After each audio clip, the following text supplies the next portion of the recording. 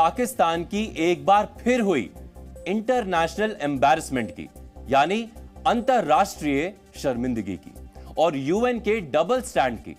Israel Hamas युद्ध को लेकर संयुक्त राष्ट्र सुरक्षा परिषद की बैठक हुई, जिसमें इजरायल ने यूएन चीफ के सीज फायर की मांग करने पर उन्हें खूब खरी खोटी सुनाई।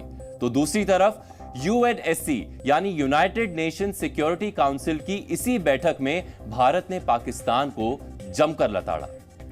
पाकिस्तान अंतर्राष्ट्रीय मंच पर बार बार कश्मीर का राग अलापता है।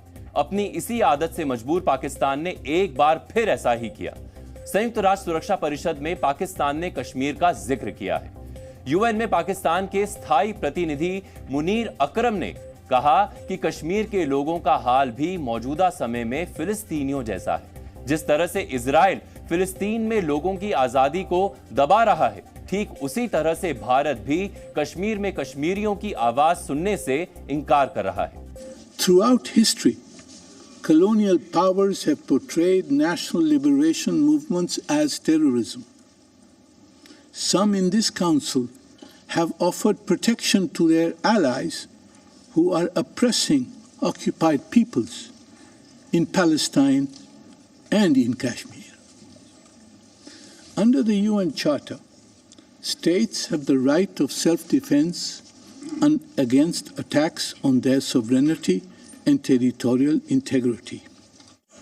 Yet, a state which is in forcible occupation of a foreign territory cannot invoke the right to self-defense against those whose territory it has illegally occupied. ये उसी पाकिस्तान के यूएन में दूत हैं जो पाकिस्तान अपने ही देश के नागरिकों पर अत्याचार करता है। गिलगित बाल्टिस्तान में बलूचों पर जुल्म किए जाते हैं। पाकिस्तान में अल्पसंख्यकों पर किए जा रहे जुल्म दुनिया से छिपे नहीं है। यही पाकिस्तान बार बार अंतरराष्ट्रीय मंच पर कश्मीर का रोना रोता है और अपनी फजीहत करा लेता है। इस बार भी कुछ ऐसा ही हुआ। यूएन में भारत के उप स्थायी प्रतिनिधि आर रविंद्र ने इजराइल फिलिस्तीन पर प्रतिक्रिया देने के बाद पाकिस्तान की जमकर क्लास लगाई। उन्होंने कहा कि कश्मीर का राग अलापना पाकिस्तान की पुरानी आदत है और इसका जवाब देने का कोई फायदा नहीं।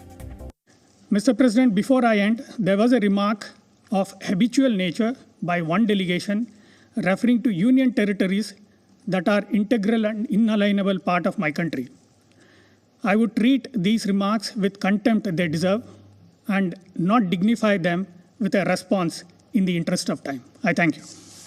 आपको बता दें कि करीब एक महीने पहले ही पाकिस्तान के care taker prime minister Anwarul हक काकर ने संयुक्त राष्ट्र महासभा में कश्मीर का राग अलापा था। तब भी भारत ने पाकिस्तान को जमकर लताड़ा था। तब भारत ने करारा जवाब देते हुए कहा था कि पाकिस्तान के कब्जे में जो भारतीय क्षेत्र है उसे पाकिस्तान को खाली करना चाहिए और सीमा पार आतंकवाद को रोकना चाहिए।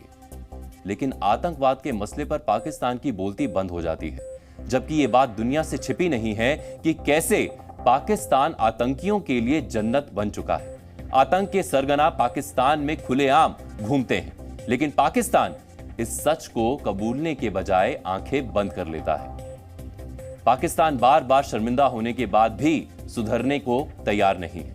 उसे जब भी मौका मिलता है जरूरी मुद्दों से ध्यान हटाकर कश्मीर को चर्चा में घसीट लाता है, जबकि कश्मीर के मसले पर उसे कोई समर्थन नहीं मिल रहा, क्योंकि कश्मीर भारत का अभिन्न अंग था, है और हमेशा रहेगा। लेकिन इतनी सी बात पाकिस्तान को अब तक समझ में नहीं आई है। भारत पाकिस्तान के मसले पर यूएन का डबल स्टैंड भी साफ दिखाई देता है। जरूरी मुद्दों पर चर्चा के बीच पाकिस्तान बार बार कश्मीर का मुद्दा उठाता है, लेकिन पाकिस्तान को ऐसा करने से ना रोका जाता है, ना ही सख्त हिदायत दी जाती है, बल्कि उसे ऐसा बार बार करने दिया जाता है। दूसरी तरफ भारत पाकिस्तान से ऑपरेट हो रहे आतंकी संगठनों और आतंकी गतिविधियों के सबूत यूएन को दे चुका है।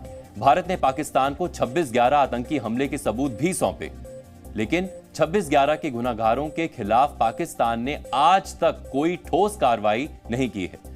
जब आतंकियों पर कार्रवाई की बात आती है तो पाकिस्तान का गला सूखने लगता है।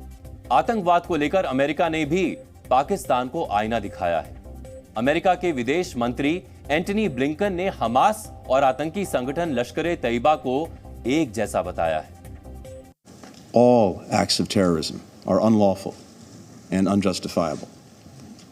They're unlawful and unjustifiable whether they target people in Nairobi or Bali, in Luxor, Istanbul or Mumbai, in New York or Kibbutz Berry. They're unlawful and unjustifiable whether they're carried out by ISIS, by Boko Haram, by Al-Shabaab, by Lashkar-e-Taiba, or by Hamas. इस आतंकी संगठन को पाकिस्तान से operate किया जाता है और लश्कर-ए-तैयबा का सरगना हाफिज सईद है, जो मुंबई आतंकी हमले का मास्टरमाइंड है। दिखावे के लिए पाकिस्तान ने इसे जेल में तो डाल दिया, लेकिन कोई ठोस कार्रवाई नहीं की है। पाकिस्तान अपने गिरेबान में झांकने के बजाय भारत के आंतरिक मामलों में दखल देने की कोशिश करता है, जिसमें उसे नाकामी ही हाथ लगती है। Z News.